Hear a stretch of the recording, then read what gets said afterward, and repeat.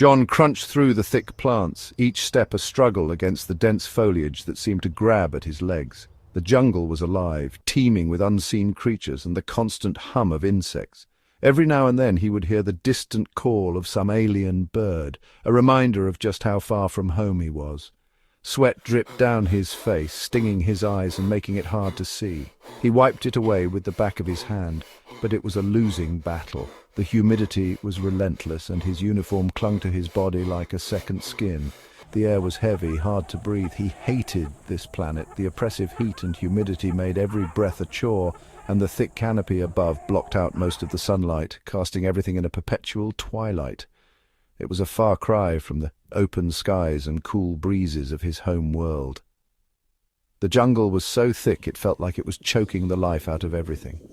Vines and roots twisted around each other, creating a nearly impenetrable barrier. It was as if the jungle itself was trying to keep him out, to protect its secrets from intruders.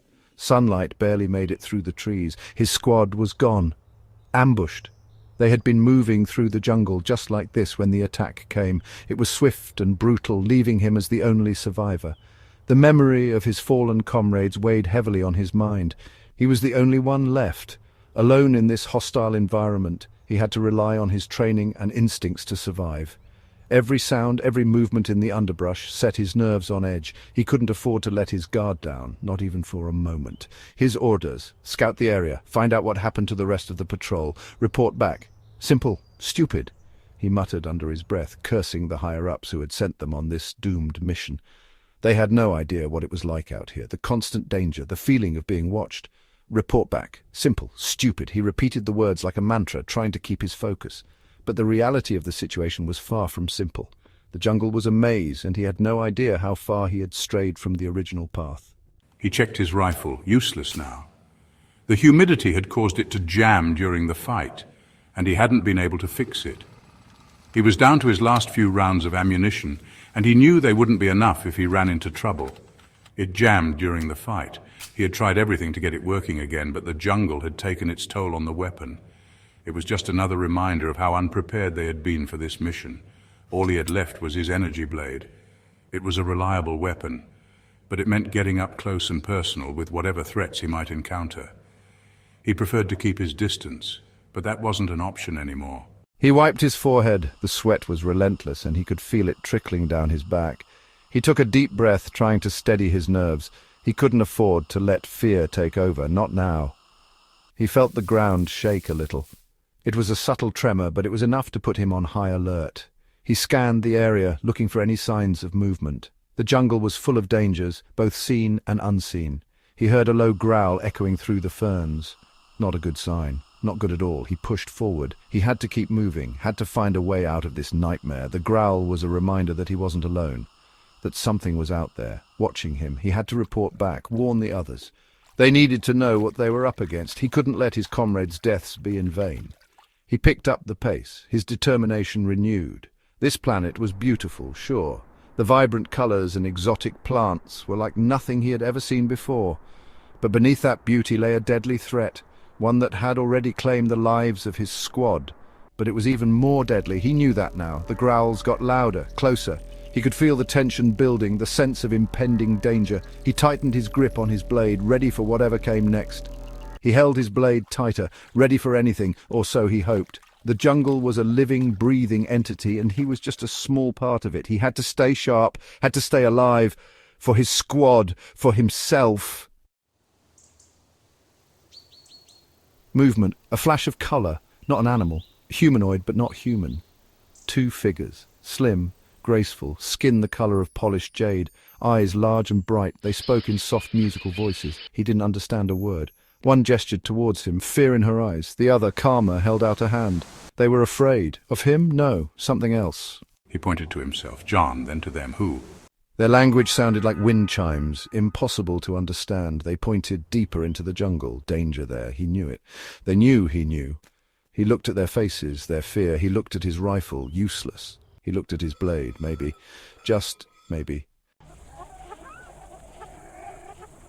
The jungle grew darker, the air thicker. He followed them, his hand close to his blade. The ground vibrated, the growls grew louder.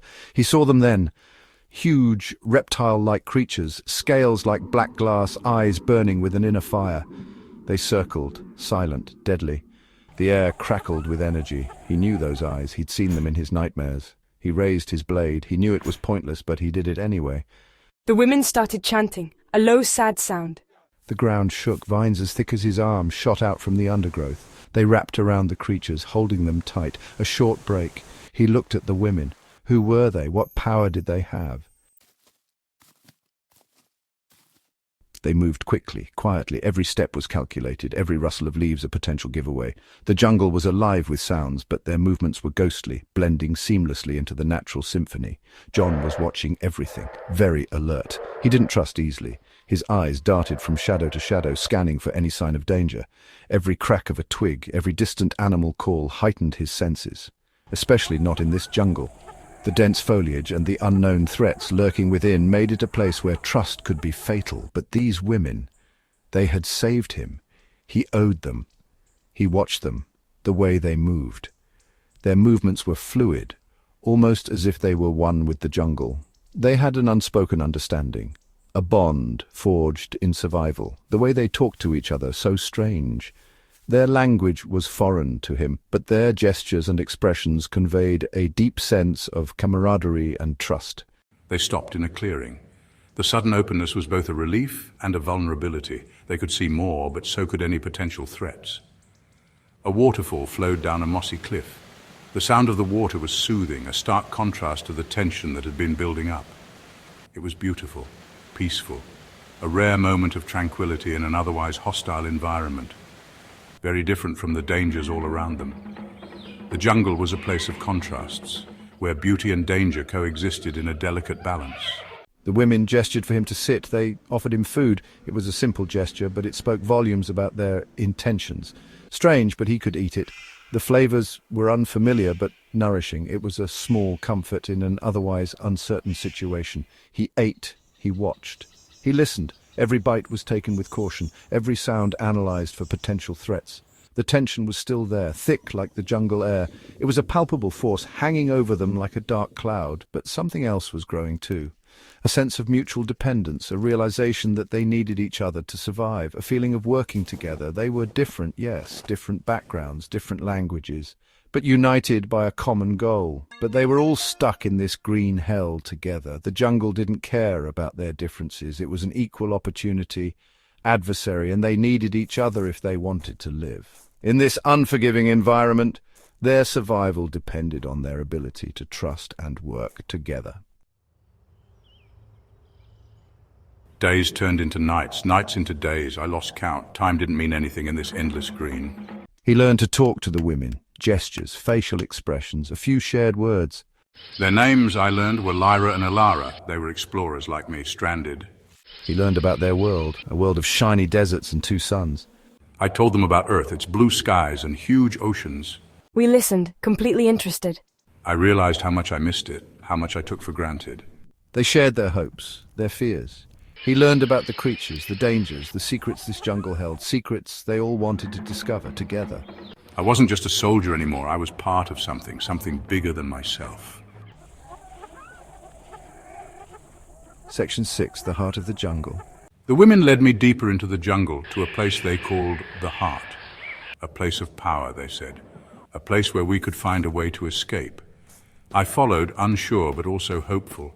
The jungle grew thicker, the air even heavier. The plants started to glow. Glowing mushrooms lit their way. Strange creatures watched them without blinking. He had never seen anything like it. I felt more and more uneasy. Something wasn't right. The jungle itself felt alive, watching, waiting. He told Lyra and Alara what he felt. They listened, their faces serious. They felt it too. But they had come too far to go back now. Section 7, Revelation and Betrayal. They arrived at a clearing. In the middle, a giant tree. Its trunk was wider than a spaceship. Its branches reached for the sky like twisted fingers. This was the heart. He could feel the power coming from it, ancient, powerful. Lyra and Alara started a ritual, chanting, swaying. The jungle around them hummed in response. He watched, hypnotized. Then it hit him. The truth. The power wasn't coming from the tree. It was flowing into it, from Lyra and Alara. Section 8. Escape from the green hell. He pulled out his blade. The metal sang as he turned it on. Lyra and Elara turned around, their eyes wide with shock. He didn't wait. He couldn't. He attacked. The blade cut into flesh. Lyra screamed. Elara attacked, vines shooting out of the ground. He dodged, moving through the grabbing vines. He had to reach his radio, warn the others. He fought his way through the chaos, the jungle itself fighting against him. I finally got free, my heart pounding. I ran. I didn't look back. I could hear the creatures getting closer, drawn by all the noise, but I didn't stop. I couldn't stop. Not until I reached the landing area, not until I knew my people were safe. Section 9. A bond forged in the crucible.